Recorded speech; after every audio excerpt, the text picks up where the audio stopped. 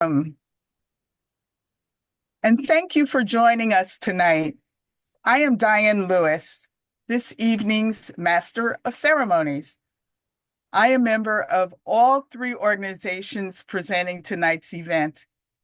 The chief sponsor of tonight's webinar is the Social Justice Ministry of Imani Community Church. Imani's motto is faith to change the world, and our focus on voting is one of our paths to making that change. Tonight's event is co-sponsored by the Alpha Nu Omega chapter of Alpha Kappa Alpha Sorority Incorporated. I'm chair of the Connections and Social Action Committee, which is partnering with Imani Social Justice Ministry. AKA is an international organization of college-educated women with over 900 chapters serving the community, particularly Black women and girls. The League of Women Voters of Oakland will be making the presentation this evening. The League is a trusted, nonpartisan organization that encourages informed and active participation in government. Although the League does not support or endorse candidates or parties, its advocacy arm may take positions on issues such as ballot measures. As mentioned earlier, tonight the League of Women Voters of Oakland will be making the presentation, which will focus on three things: a refresher on the basics of ranked choice voting, the pros and cons of an Oakland tax initiative, and the list of candidates for two Oakland offices, mayor and District 2 council seat. Your ballot should already have arrived in your mailbox. We are fortunate tonight to have as our presenter Meg Bowerman, a member of the League of Women Voters for 17 years. She is a retired nurse who has also been with Faith in Action East Bay for over 20 years when it began as OCO. We, along with the League, believe that democracy only works when citizens are engaged in the electoral process, and unbiased information empowers voters to fight disinformation.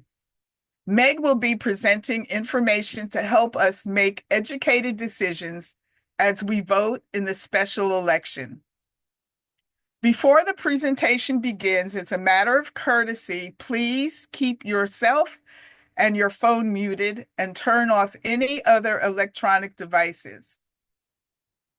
We will be videotaping tonight's webinar, and the session will be available for you and for the broader community to access.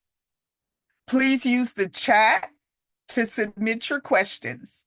We will review the questions to avoid duplication and will pose them to Meg after her discussion. She will answer as many audience questions as time allows. Now, without further ado, here is Meg Bowerman.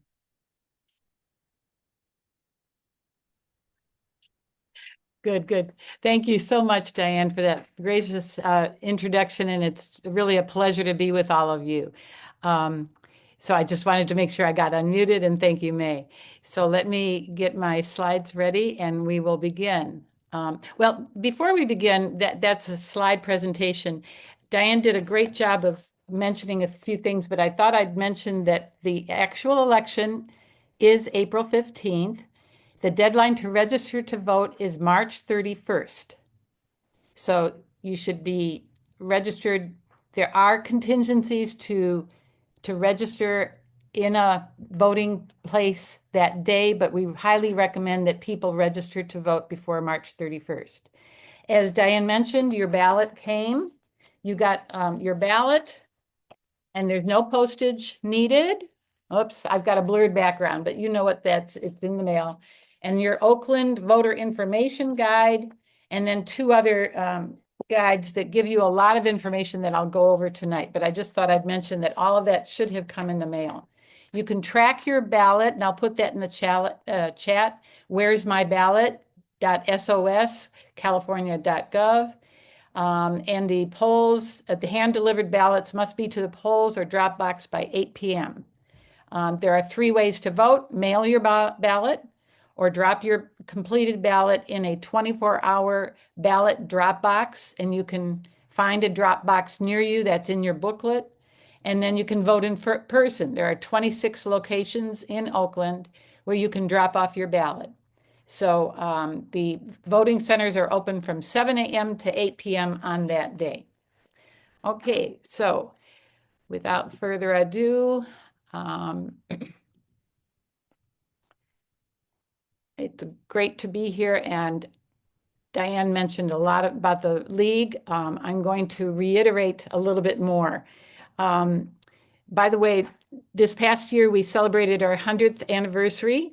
The League of Women Voters was founded in 1920 when white women gained the right to vote. As you know, it did not happen for Black women until 1965. But the League's goal is to safeguard democracy and make it work for building a society of informed and participating citizens at all levels of the government. So last year was our centennial.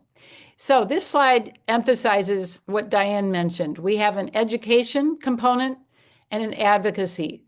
Tonight, we are all about education. We did take a stand on Measure A, but I'm going to be sending that separately to Jean to give to you. It's also on our website. It's called Vote with the League. So I'm not allowed to discuss that tonight, nor to endorse any candidates, as we never do that. So primarily, as Diane mentioned, 3 things: ranked choice voting, more about Measure A, and more about the mayor's and the DA District 2 race, just elements that you should know. And then I will stop after Measure A and after ranked choice and after the mayor for any questions, 3 different times. And I think it's probably less distracting if you don't put questions in the chat. Oops. So what is on the ballot? The one ballot measure we mentioned, it's Measure A. It's a sales tax of 0.5%. Then more about the mayor. We had a recall, so we have a mayor's race with multiple candidates, and City Councilmember District 2. Oops. This is my favorite slide. Voting is not a test. You do not have to fill in every circle. If you really don't know enough or just feel like you don't know enough about it, you don't have to do that. And then ranked choice, we'll talk about candidates in a minute. So the few questions that we recommend that you ask yourself are to how to evaluate these measures. Why was this measure put forth? And I will talk about that. What will it cost? What's the fiscal relationship? And we always provide you a money slide that will go over the fiscal effects, but also you want to know who is supporting it and who's against it. Ask yourself, what are the unintended consequences of this? Follow the money. That's what I meant by the who's for it and against it, and the support or oppose. So Measure A, this is a new local tax. And it was just a background that Oakland projects a deficit of approximately $129 million in this fiscal year and a similar large deficit in the next budget cycle. So the city is currently making cuts to services and staffing to balance this year's budget, which ends the end of June. Oakland residents currently pay multiple taxes, including property and sales tax. Oakland residents now pay 10.25%. That's along with, as you can see, that's with Berkeley, Dublin, Fremont, Livermore, Piedmont, and Pleasanton. So this measure was put on the ballot by the Oakland City Council.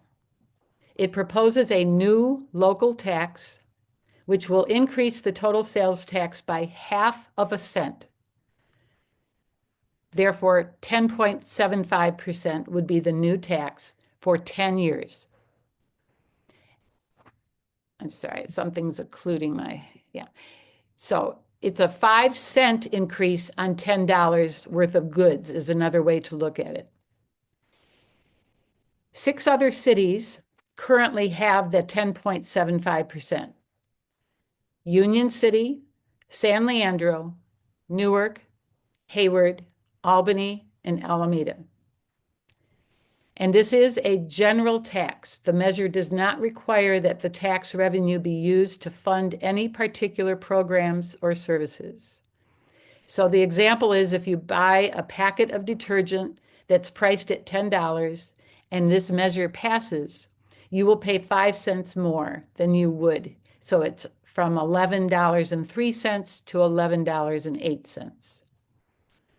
By the way, it needs a majority to pass, just over 50%. Now, technically, before I get to the next slide, this is a transaction and use tax. That is the equivalent of a city level of a state or county sales and use tax. So sales and transaction both refer to retail sales of tangible personal property. We use sales and use for the current state and county taxes and for the total tax obligation that would result if an Oakland transaction and use tax is approved. Hope that makes sense to you. It's a little bit of gobbledygook for me.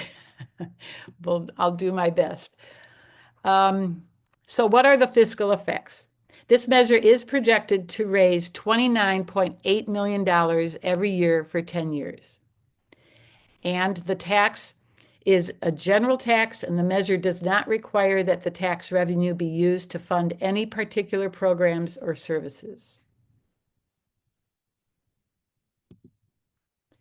This is an awful slide, but it gives you a general overview of the Oakland budget flow, and it's not for the current budget year.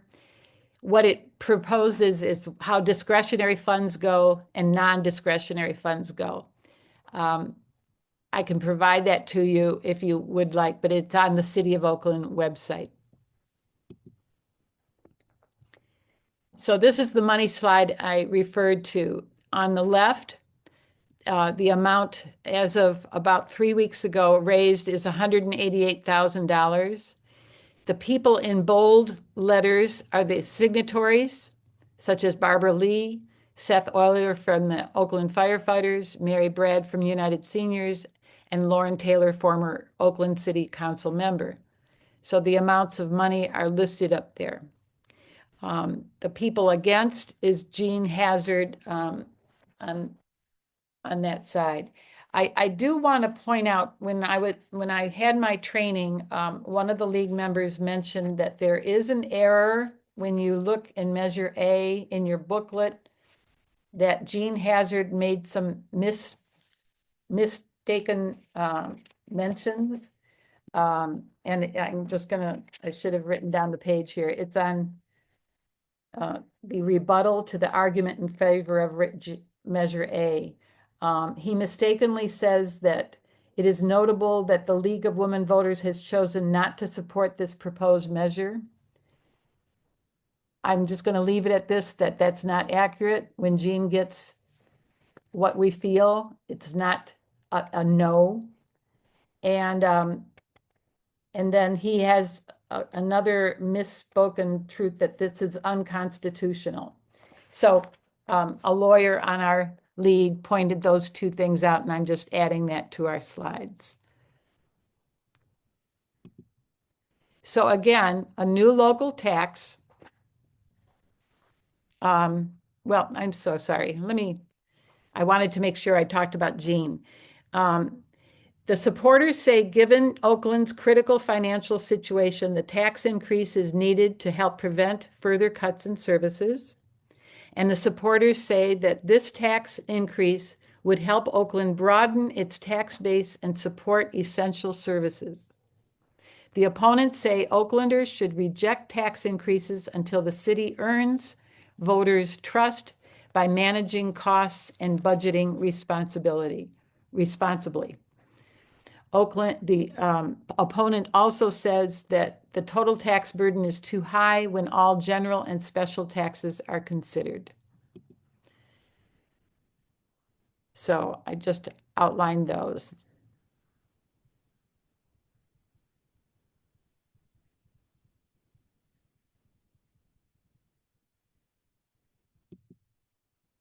So to summarize, what your vote of yes on the new Measure A would mean that you support a new local tax of 0.5% for 10 years. And it'll bring in about $30 million a year each of those years. A vote no, you do not support a new tax. You want it as is. So before I get into that, why don't I stop sharing and see if there's questions. I'm sorry. I know you got a hand up. Are you seeing a shared screen? I don't see shared. You're muted, Jean. I do see a shared screen. Okay. And Let me do what I can here. okay. You know, I know how to unshare, but I don't see it here. And I don't know Yeah. Well, you know what? if it has something to do with us all hearing. Let me make you a co-host, which maybe I haven't done, and see if the share button shows up. Well, did that change anything? no, let me just leave it there and I'll entertain questions. Okay. I will say that I tried to study a little bit more of people who have made an opinion. The Mercury News editorial said no to this. The Chronicle has yet to put it as of this morning. So I was surprised. You are one of the earlier presentations, so I can always get back to Jean and May with later information. But so Diana?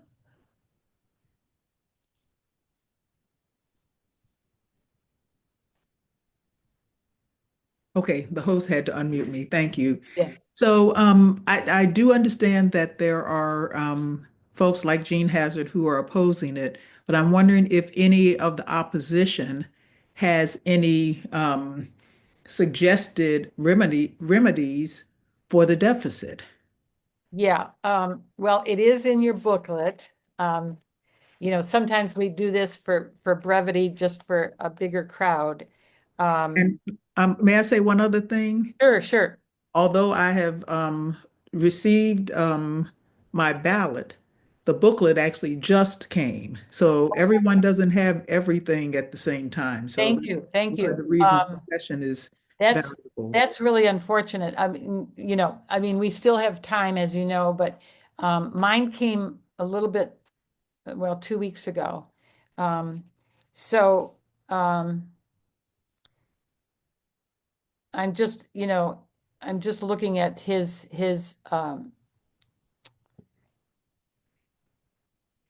that's the critter, there it is, Gene Hazard.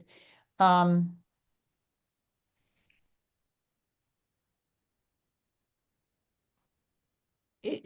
just add a few more things here that he has said.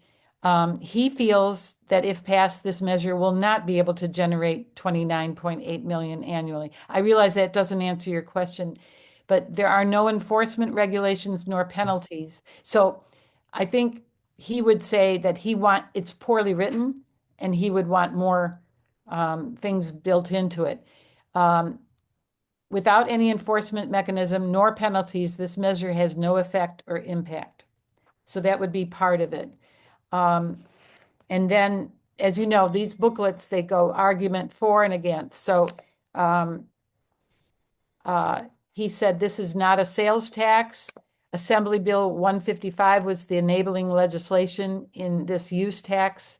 And he also mistakenly said that this is an internet tax on sales only. No, he says there's no enforcement and separation of power, preventing judicial review. So once again, I'm not giving you his alternatives other than poorly written and asking for more, checks and balances. So if I may, I can just add, we only have this one measure, so you tell me about timing. But Measure A is part of these are the people for it, that it's a part of a responsible financial plan to maintain essential services. It ensures emergency preparedness with fire protection.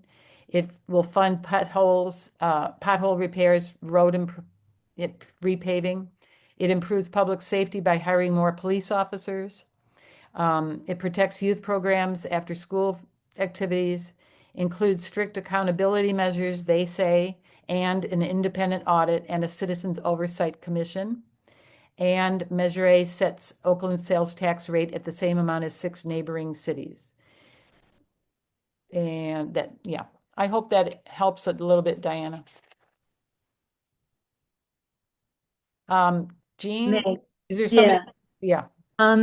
Yeah. Diane Lewis put a question in the chat asking if you could explain the difference between this measure that just needs, more than half, 50% plus 1 vote, versus a measure that requires 2/3 of a vote. Yes.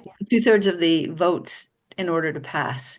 Yes. Diane, I had the same question and it wasn't covered in the training, but I suspect, and I will get back to Jean. I'm just double checking here. We don't have I read it just the other day, you read the answer? but I can't remember the words. It Well, was a little legalistic. I think my gut level is mostly, as you know, when we have our other measures, they're state measures and they're county. I think the city is allowing the only 50% measure. Maybe that's it. So, yeah. And I have one other opposing comment, and that's that I have spoken to people that point out that the sales tax is one of the more regressive taxes, Yep. that poor people pay a higher percentage of their income than wealthier people because they have to spend more of their income on purchasing tangible items. So it is a regressive tax. And this is what the Mercury News said in their. Yeah, and I think I've seen other people say that. The question that I have though, which I thought was interesting, and maybe this wasn't in your training, I read somewhere that the 10.25% that we're currently paying goes entirely to the county and the state. No. Okay, then that was misinformation. I forget where I read it. Yeah, Do you remember the breakdown at all? well, it's not, I don't know why it's not in my notes here and it's not on the slide. It's more like about 3%, 4% goes to the county. And then half of it goes. No, here it is. I'm so sorry. Okay. So we now pay 10.25%. It includes a state sales tax of 7.25 and Alameda County is 3. So I was So 100% of the sales tax currently goes to places other than the city. Mhm. So, which doesn't really change anything, but I just wanted to point out that Oakland has not socked us with a 10% sales tax. It's from the county and the state. Right. Thanks a lot. Anybody else have questions? Because Oakland pays multiple tax, because we pay multiple taxes, we such as pay parcel taxes. property and certain sales tax. This one, yeah. Yeah. Yep.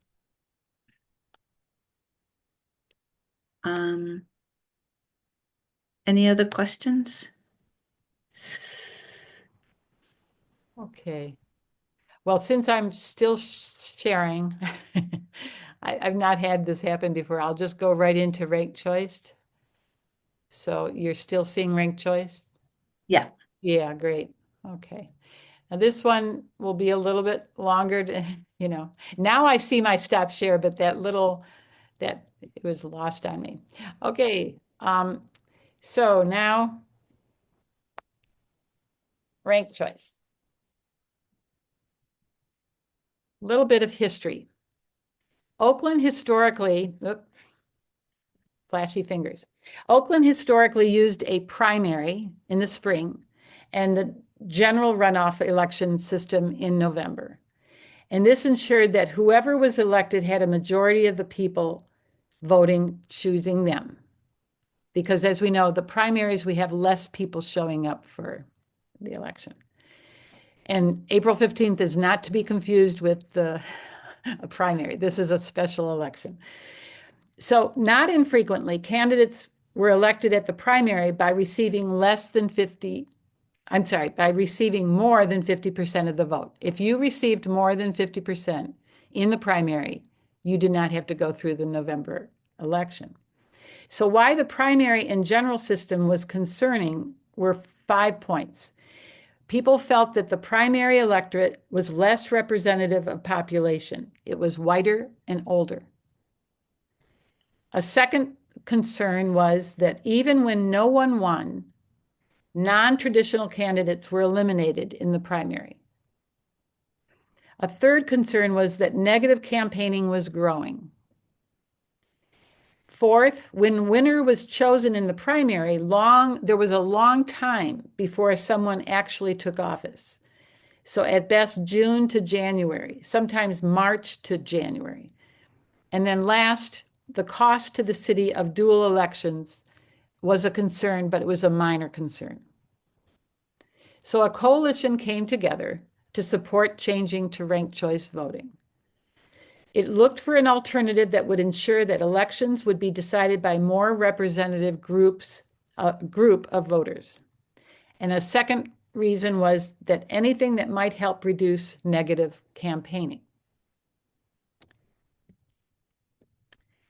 So here we have an illustration, and it's filling in the blanks, as you can see, of an accurate ballot by someone who is choosing their first, their second, their third, their fourth, and fifth.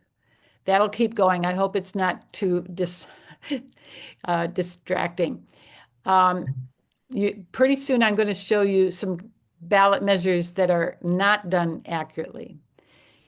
What we in the league recommend, you can vote for just one candidate, but we highly recommend that you pick 1 through 3 or 1 through 5. You have a chance to do 5, and I'll explain why in a minute. So candidate 1 is the candidate you love. Second choice, the candidate you like, and I always say that you'd be okay if that person became mayor or district council member. Third or fourth, the candidate you like slightly less, and fifth, the candidate you can stand. So again, look at this ballot. Somebody put candidate 3 first, candidate 5 second, candidate 3 fourth, candidate 1 fourth, and candidate 2 fifth. I can always come back to this slide, but that's... Where is RCV used? This is a map that shows all over, to me, this is less important, but let me just say that ranked choice is banned in Florida totally. And in certain states, such as the yellow, it's for local elections. And for the turquoise, it's for federal elections and so on. So the point here is that it's used all over the country, a lot of localities and some states. The green and teal they used statewide, and that's 3 states use that. Alaska and Maine use it in federal, and Hawaii uses RCV in certain statewide elections. 15 states use it for localities. I mentioned Florida prohibits it in any, and gray, there's no laws addressing RCV. So now we have a short video that explains it, and I'll come back to it. Ranked choice voting is an alternative way for citizens to vote for whom they would like to represent them in office. You pick your favorite, just like always. But then, if you want, you can also say, this is my second choice, my third choice, my fourth choice, and last, my least preferred choice. The polls close, and now all the first place votes are counted. Here, Ms. Yellow got a majority, that is, more than half of the votes, and so she is the outright winner. There is no need to include any of the ballot's second choices. Hooray! But if after first place votes are counted, none of the candidates has received a majority of the votes, then what do? We eliminate the candidate with the fewest votes, Mr. Green. This is where the second choices come in. The voters who chose Mr. Green first have their votes switched to their second choice candidates. So we add one vote for Ms. Yellow and one vote for Ms. Purple. The voters who chose Mr. Red, Ms. Purple, and Mr. Blue as their first choices still have their votes counted for those candidates. We rerun the totals, but still no candidate has a majority of the votes.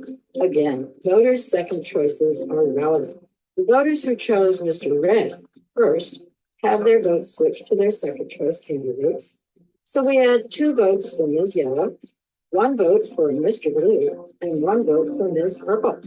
The number 2 labeling the figures in the bottom right indicate that the support they display now reflect those ballots' second choices. But still, no candidate has a majority of the votes. In this case, both voters' second and third choices are relevant. The voters who chose Mr. Blue as their first choice have their votes switched to their second choice candidates. So we add 3 votes for Ms. Yellow and 1 vote for Ms. Purple. But one voter chose Mr. Blue as their second choice.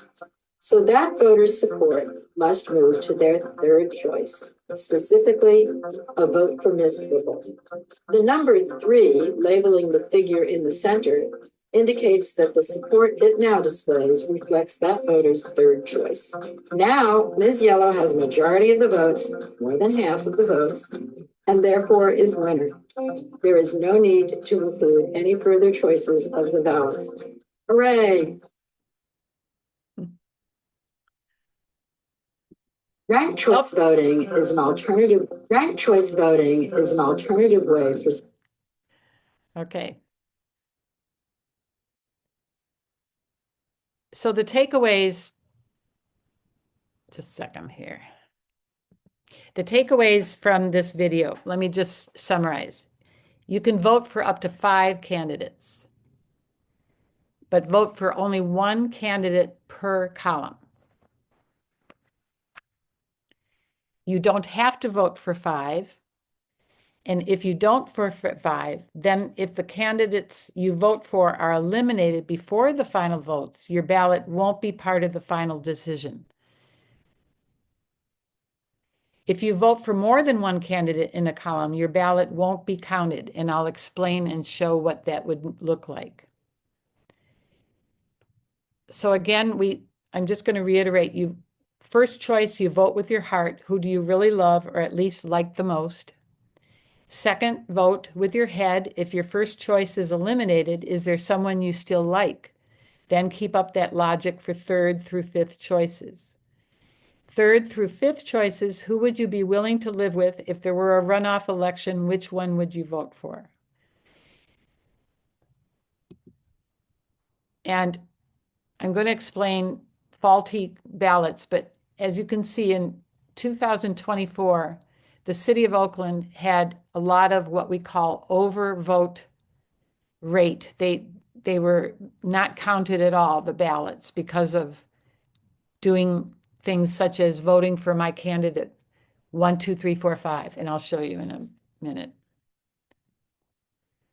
So an overvote, well, you know, they give an example about ice cream here.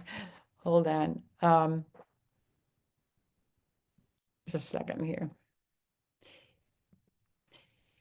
The reason this is wrong, they're just using ice cream instead of candidates.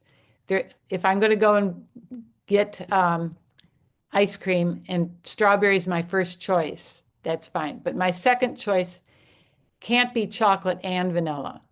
I would have to figure out maybe chocolate my second, and the vanilla should be the third. Any amounts of same column here or here will be disqualified. It would disqualify your first choice as well? No, your first choice stays in this case. Okay. Good point. Unless it was eliminated by the full, that's why we want you to vote for 5.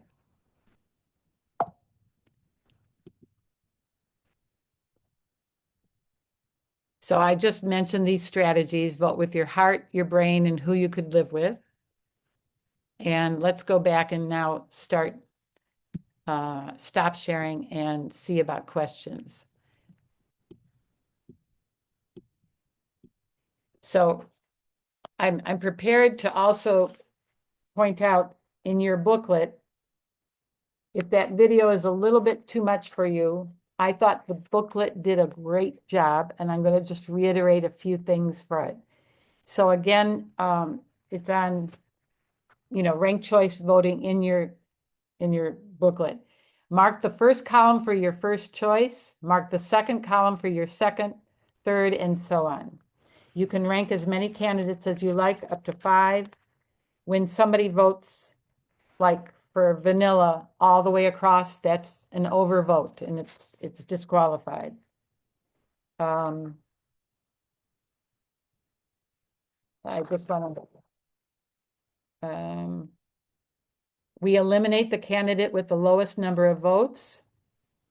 So if an election had 20% for a candidate and then 40-40, the 20% candidate is eliminated, and the votes that you had for second, third, as explained in the video, go on. We count the votes again. If a candidate now has a majority of votes, that candidate wins. What if there is still no winner? No candidate has a majority. The process of eliminating the candidates with the lowest number of votes continues until a candidate has a majority. So, any questions? Diana?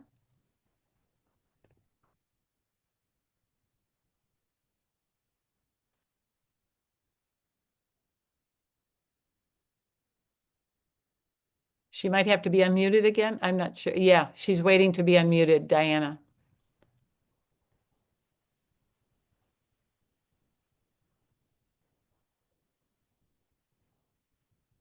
Okay, thank you. Okay, yay. Okay. So I think I totally understand the examples you shared and the strategy that you're sharing. But where I don't buy into the who you can't stand, because I think that's how we got to some of the Yeah, situations we've been in where right. um, there was the Jean Quan time when everybody, it was like, well, vote for Right. me second, and then people voted for her second and she became mayor. Uh, So this part becomes difficult for me, Diana. I hear what you are saying. I have to be very strict that it is a question, and you did it a very nice job, but it's still a little bit of an opinion.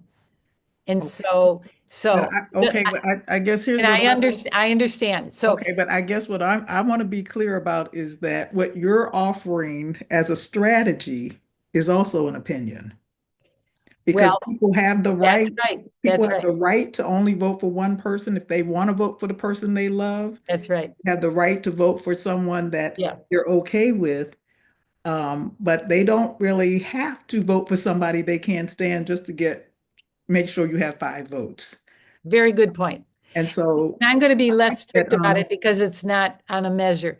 This is an educational kind of component. So we recognize that there are a lot of opinions that this is not the way people would like it, that they would yeah. like it the way it was. And so, I for guess I just wanted to share that I do think because there are fewer candidates, and we can Google search them, and that will give you some insight. And there may be people just based on what you see on that Google search that you're not going to choose Right. regardless. And so I think that that's just an idea for sort of where to start, because there are certain candidates we hear a lot about, others we don't know anything. That's right. You just kind of fall for the, well, I don't know anything without kind Yep. of. Very good point. And if you can make time, the website, the League of Women Voters had a forum where all the candidates did speak and were posed questions. It's about an hour and a half. It's really quite good. It was March 15th and it's on our website. So when you go into, and I'll try to share the screen with the website and walk you through it. It's very easy. It just goes special election. It pops right up on the home page. So you go to that and then you can see recordings of the forum. But your point is excellent that you don't want to just put in your top two and then kind of guess about the other three. If you can become informed, I don't know if I'm saying that exactly how you did, but you do want to know that if you're going to write in for 5 names, you've got to be somewhat comfortable that one of them might win. And as you know, a strategy by many of the candidates is, if you don't like me, number one, would you make me number two? And that it has been a strategy that's been used. But as I said, in the historical background, they feel it has come back, it has helped diminish negative campaigning. I'm not so sure about that. I see negative campaigning still happening. But I hope that helps, Diana. Thank you. Your point is excellent. And I see Betty, unless I'm missing somebody else. Hi, Betty. And you might be waiting to be unmuted.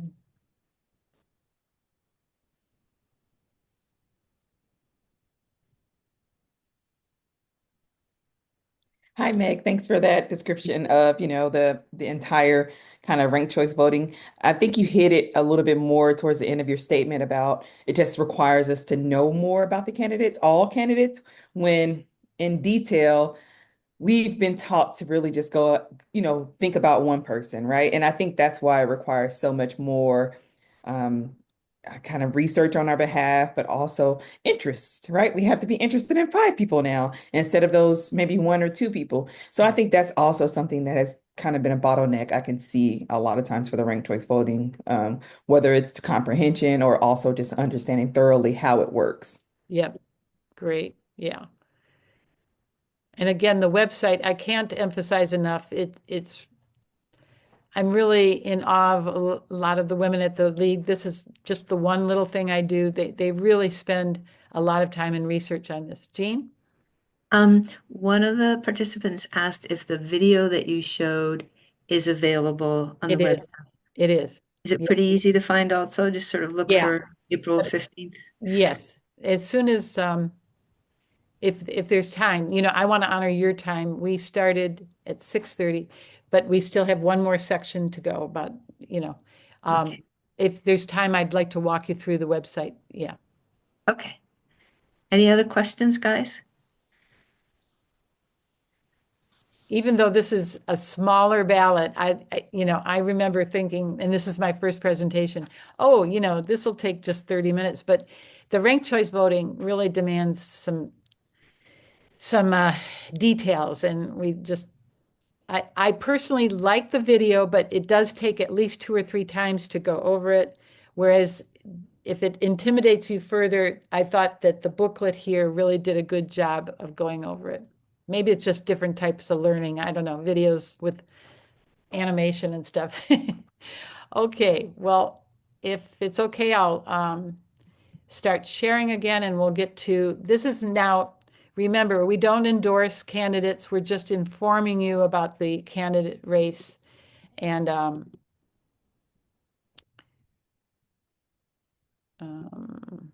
so, whoa, sorry, very sensitive fingers here. So because of the recall, we have a mayor's special election and then the city council District 2 because of how we came to our interim mayor and so on. Let me just verbalize how we came to this. It's not in the slide. So when Sheng Tao was recalled, our interim president was Nikki Fortunata Bass. And until January 6th, when she won the Board of Supervisor district race. So then the interim mayor-elect was chosen. It's Kevin Jenkins on January 6th. So he is our interim mayor now. And then Noel Gallo as council president pro tem. So these elections shifted Kevin Jenkins and them as until April 15th. And then the results of this mayor's race will come out with our new mayor. The special election had, per charter, had to be 120 days after the November and plus a Tuesday. So that's how they came up with April 15th. We mentioned Nikki is now at the Board of Supervisors, and now because her district city council was vacated, we now are going to be having the District 2 city council race. So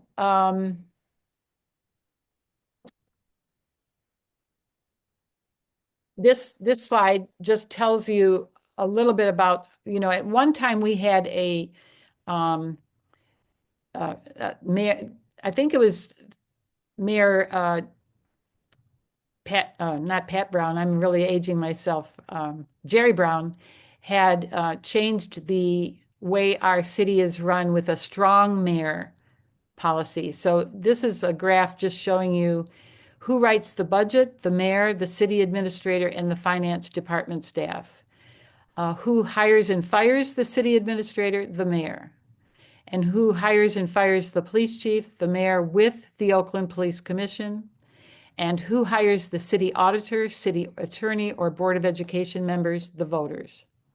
So just to remind us about how our positions are.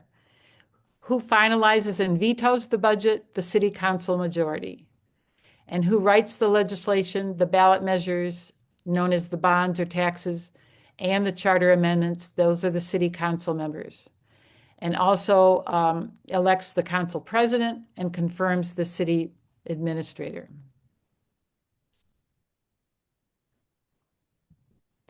So again, this slide was made before March 15th, but again, there are recordings of all of these forums, and the ballot measure, what I'm doing right now, there's also a recording by 2 other people in the league, and then the city council district candidates, and then the Oakland. So that'll be on the website. So that is really it. And like I said, I'll put these in the chat, but I can now go to our website if you'd like and walk you through it so that you can see those. We'd also just Let's see if there are any questions. Yeah. On the last little bit. And just a pitch to become a member of the league. We would love to have you as members. We'd like the league to be more representative of the city of Oakland. And so Imani and St. Columba and all of the wonderful Black congregations, we just bring that up. So that's my little pitch, having been former chair of membership. Okay.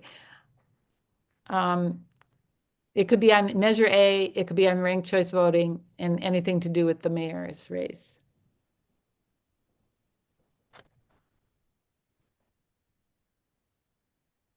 Could I add just a little thing here? The mayor is the CEO, a full-time for 4 years, and can only serve twice. Does not sit on the council, proposes legislation.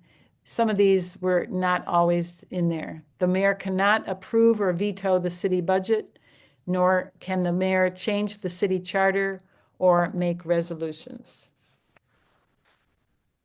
In that vein, if the new mayor is seated in April of 2025, we do have another election in like 2.5 years. It won't be a full term, right? It won't be a full term. That's Yeah. right. I'm just gearing up my website here.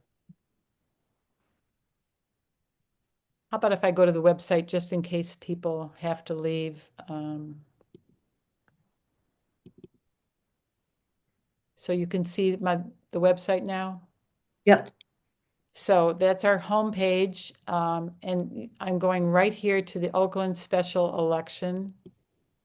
Come on now. So all you need to know about voter registration, the candidate forums, the pros and cons. Now here is what I'm not going to show you right now, but you can go into there to see what we think about Measure A. Okay, vote with the league. And then just general ballot and voting information. There's the resources on the ranked choice includes the video. So when somebody asks about the video, this is where you would go. Recordings available about District 2. These are websites for the candidates. Then pros and cons. This is a one-pager about everything I said about Measure A. And there is a short video, a 1-minute video that really reiterates everything I said, but a chance for you to go. This is my slide presentation, and this is what Dondria and Madeline did on March 15th. This is the vote with the league. It explains. So when you look for Measure A, we either supported it, or we were neutral or opposed, or no recommendation. And when you go to each of those boxes, they'll explain further in depth. So there's Measure A, more information on the voter information. So as you can see, it's all there when you go into the special election. Yeah. Okay. So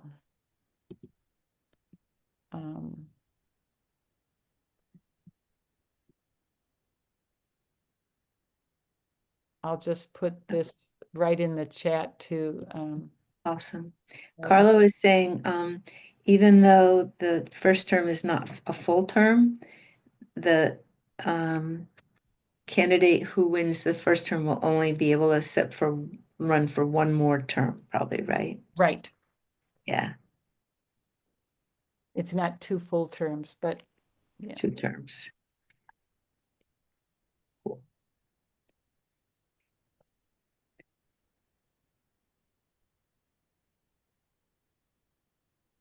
Okay. Diane Lewis, you want to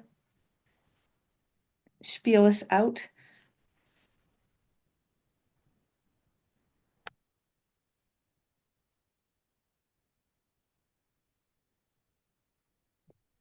I just want to say hi to Angie Knoll.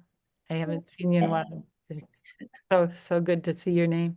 So good to see all of you. So I'm counting 18. I have to report back. 18 wonderful people. Yeah.